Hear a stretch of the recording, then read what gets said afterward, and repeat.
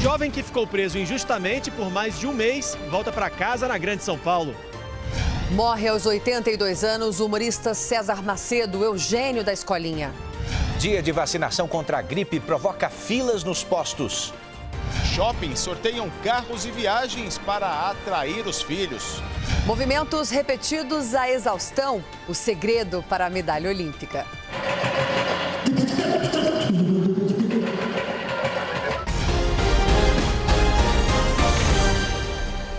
Olá, boa noite. Você acompanhou aqui no Jornal da Record o caso do jovem que estava preso há 37 dias, acusado de um crime que ele não cometeu. Mas depois da vítima voltar atrás no reconhecimento que havia feito, a justiça, enfim, libertou Douglas. A família do rapaz aguardava ansiosa a chegada dele. O reencontro com a família foi emocionante.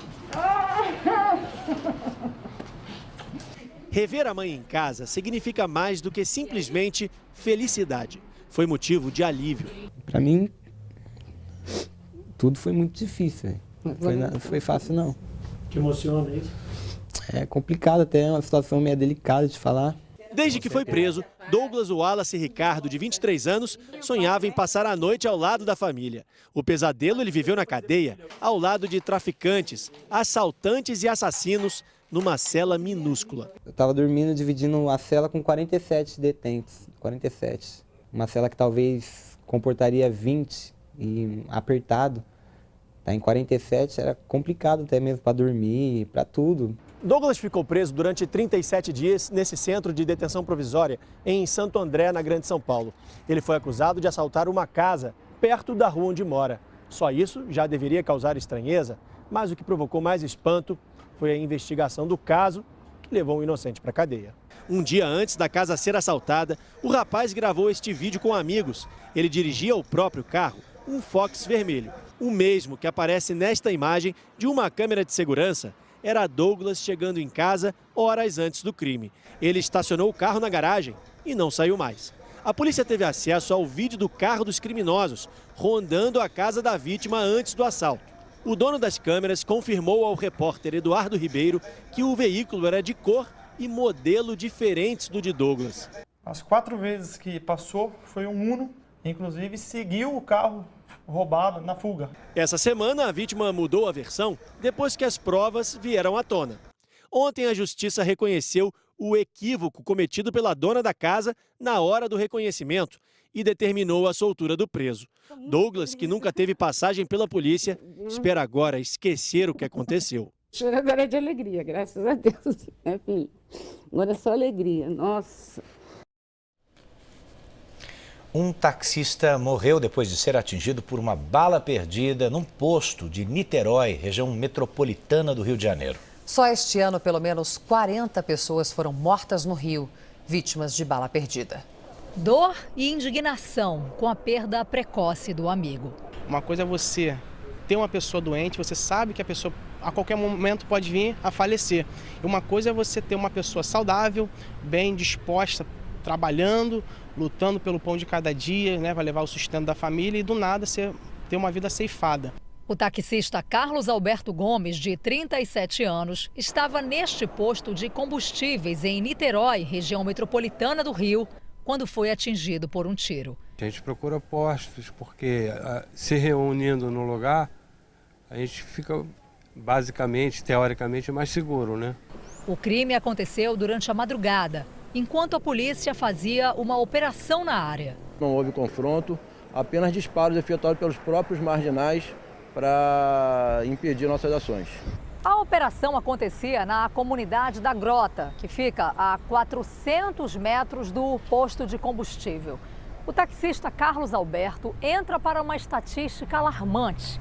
Só este ano, pelo menos 40 pessoas foram vítimas de balas perdidas no Rio de Janeiro. É quase uma a cada 3 dias. Carlos Alberto era cearense, deixa uma mulher e 2 filhos. Muitas filas no dia D de vacinação contra a gripe em todo o país. A campanha nacional começou oficialmente hoje, apesar de 22 estados já terem se antecipado. O governo pretende imunizar quase 50 milhões de pessoas até o dia 20 de maio. O frio de 11 graus de manhã em Curitiba não espantou as famílias dos postos de saúde. Em compensação, na cidade de Serra, no Espírito Santo, idosos enfrentaram fila debaixo de sol. Espera longa também no Rio de Janeiro. E muito choro das crianças entre 6 meses e 5 anos, que fazem parte do público-alvo dessa vacinação. Seu Antônio e Dona Áurea, ambos com 85 anos, foram cedo ao posto em Belo Horizonte. Tem que correr para não morrer, né? Tá cedo ainda, né? Aproveitar mais um pouquinho, né? Hoje foi o dia D da campanha nacional de vacinação contra a gripe. O Ministério da Saúde vai distribuir 54 milhões de doses e o objetivo é vacinar quase 50 milhões de pessoas em todo o Brasil. Apesar de haver mais doses que o número de pessoas a serem imunizadas, faltou vacina em alguns postos de saúde. Em Minas Gerais e em outros 21 estados, a campanha foi antecipada. Aqui, desde segunda-feira da semana passada, é possível tomar a vacina contra os vírus H1N1, H3N2 e influenza B. A campanha vai até o dia 20 de maio em todo o país. E não adianta fazer cara de medo, como a Duda. Dá um pouco de medo por causa do tamanho da agulha. E também teve fila nos cartórios eleitorais de todo o país, não é, Eduardo? Eles fazem um mutirão para regularizar a situação dos eleitores. Em algumas cidades de São Paulo, eleitores enfrentaram essas filas desde a madrugada. Assim que amanheceu, a fila já dobrava a esquina no cartório eleitoral de Itapevi, na Grande São Paulo. Com medo de não conseguir atendimento, Robson chegou às 13h30 da manhã. Fora o frio, a desconfiança. Você fica na madrugada de noite sem saber. Então, mas tem que passar por isso. Não tem outro jeito. O prazo para regularizar o título de eleitor termina na próxima quarta-feira, dia 4 de maio. Quem perder esta data não poderá votar nas eleições municipais de outubro.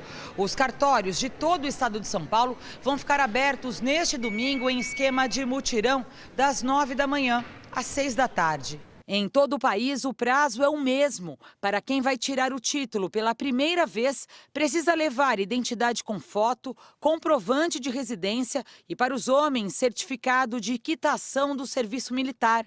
Quem quer mudar de domicílio eleitoral precisa do título de eleitor, comprovante de votação ou justificativa de eleições anteriores, identidade com foto e comprovante de residência.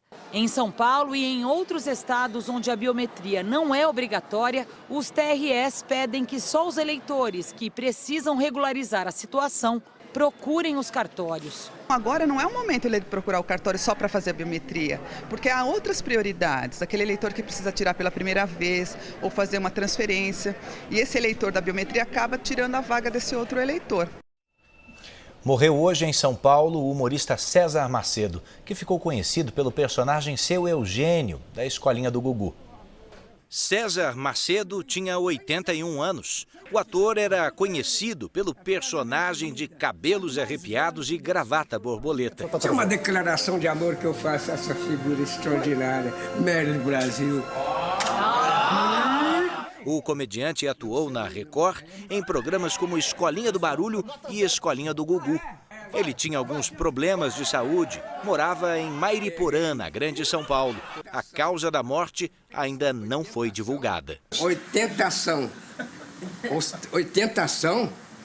E você vai ver a seguir o difícil resgate de um cãozinho que caiu em um bueiro, em Minas Gerais. E ainda nesta edição, shoppings sorteiam carros e viagens para aquecer as vendas dos Dia das Mães. Nos Estados Unidos, 11 elefantes de circo ganharam aposentadoria. Durante 145 anos, o circo Ringling utilizou elefantes nos espetáculos. A prática ainda não foi proibida nos Estados Unidos. Mesmo assim, o circo decidiu aposentá-los. Como estão velhos demais para retornar à natureza, os elefantes vão ser levados para um centro de preservação na Flórida. O governo do Quênia promoveu hoje a maior queima de marfim da história. Foram mais de 100 toneladas de presas de elefantes e chifres de rinoceronte, avaliadas em cerca de 500 milhões de reais. Os quenianos querem proibir a venda de marfim no mundo e, com isso, evitar a caça ilegal dos animais. Por ano, mais de 30 mil elefantes são mortos na África. No campeonato mais rico do mundo, o time que nunca foi campeão pode levantar a taça com 3 rodadas de antecedência. Na Liga Inglesa, a fama de times como Manchester United, Arsenal e Tottenham parece não ter assustado o pequeno Leicester. A empolgação já toma conta dos torcedores. Em mais de 130 anos, o time da pequena cidade de Leicester, no interior da Inglaterra, nunca ganhou o campeonato inglês. Em 2014, subiu da segunda divisão.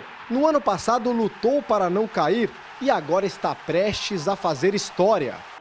Com 3 rodadas para o fim da competição, o Leicester tem 7 pontos de vantagem sobre o Tottenham, segundo colocado. A conquista do título pode acontecer amanhã no lendário estádio Old Trafford contra o Manchester United. A gente torcia para não ser rebaixado e agora isso. É inacreditável. O Leicester surpreende porque o salário dos jogadores do time nem se compara com a fortuna paga aos astros dos clubes mais populares e ricos de Londres e Manchester. Mas não tem jeito. Aos torcedores rivais, resta aplaudir o feito ou apenas lamentar. O Arsenal, por exemplo, não conquista o título inglês desde 2004.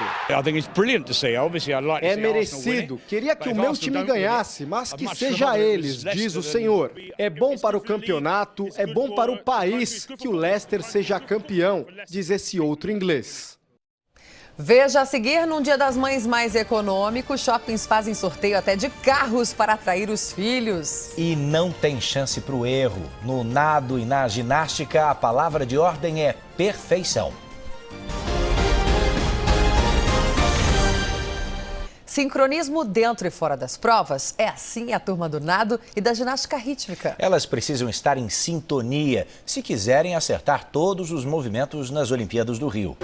Cristo!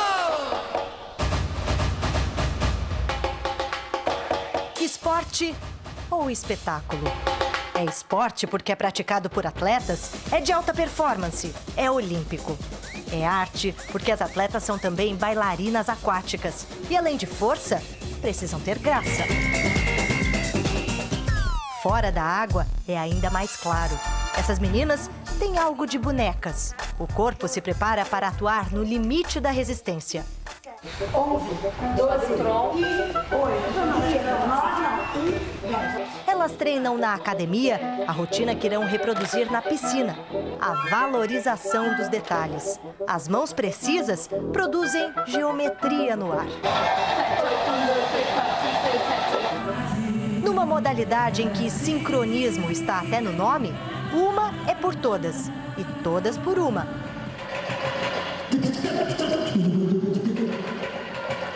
Pra pessoa que tá vendo de fora, um leigo, realmente acha que tá igualzinho, tá parecido, mas aqui a gente trabalha até os detalhes mais fininhos. Até o dedinho, assim, ó, tem um assim, tem um assim, tem um... tudo.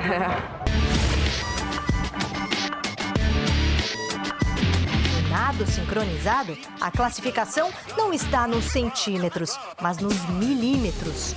O grupo precisa estar na mais completa sintonia. Exige muito treino, exige um tempo juntas também. Exige a gente conhecer uma outra.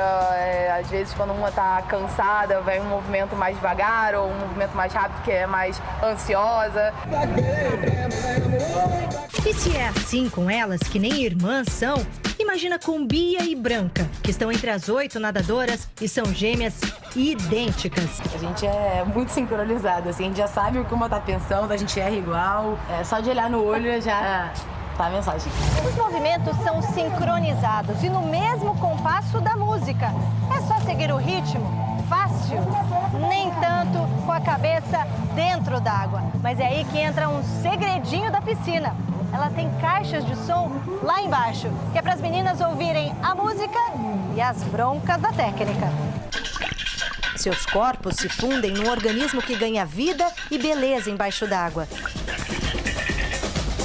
E assim, elas perseguem a precisão, em conjunto, numa legião de sereias com pernas.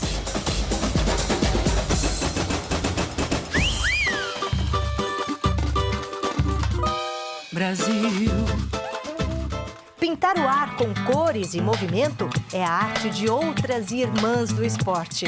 Na ginástica rítmica, dedicação e muito treino têm um efeito mágico. Objetos que parecem brinquedos passam a inspirar uma nação.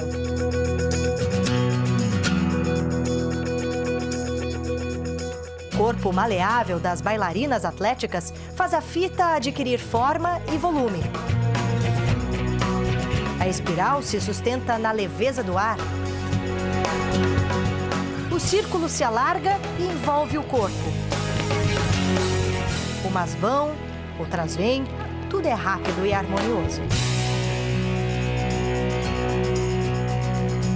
Executar o movimento com perfeição é só o primeiro passo. O desafio mesmo é fazer isso em conjunto. Na aritmética da ginástica rítmica, 5 corpos são iguais a um grupo.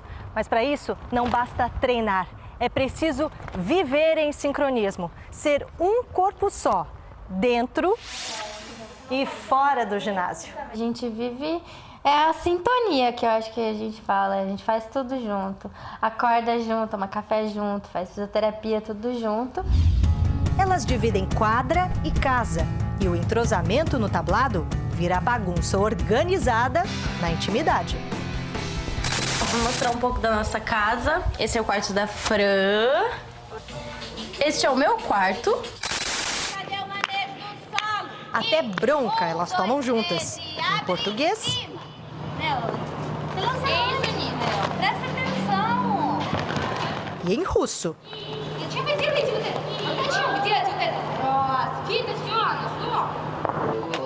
São tantas broncas que elas estão até aprendendo umas palavrinhas. Раз, два, три, четыре, пять, шесть, семь, восемь. Transgredir a lei da gravidade e usá-la a seu favor é a arte da ginástica rítmica.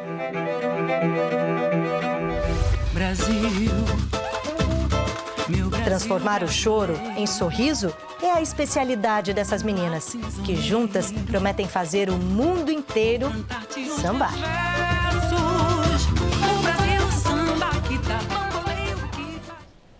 Vítimas de estupro em uma universidade dos Estados Unidos afirmam que foram punidas depois de denunciar as agressões.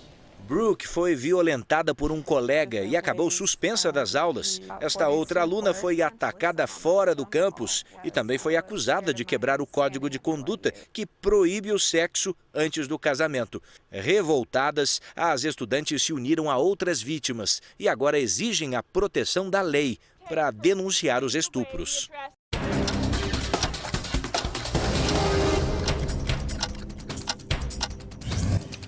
No Rio, a filha do governador em exercício, Francisco Dornelles, sofreu um assalto durante a madrugada. Luciana Dornelles estava com amigos no carro quando foi parada por criminosos numa rua no bairro do Leblon. Todos os pertences, como carteiras e celulares, foram levados. Em São Paulo, estudantes voltaram a ocupar a Escola Estadual Fernão Dias, que no ano passado foi símbolo dos protestos contra a reorganização das escolas no estado. O ato é um apoio a alunos que desde quinta-feira estão acampados em outra unidade, reivindicando melhorias na merenda. Em Goiânia, o motorista desta caminhonete perdeu o controle do veículo e invadiu uma casa. O carro destruiu parte da cozinha, da sala e chegou a um dos quartos onde dormia um bebê. Segundo testemunhas, o motorista aparentava estar embriagado. Por sorte, ninguém ficou ferido.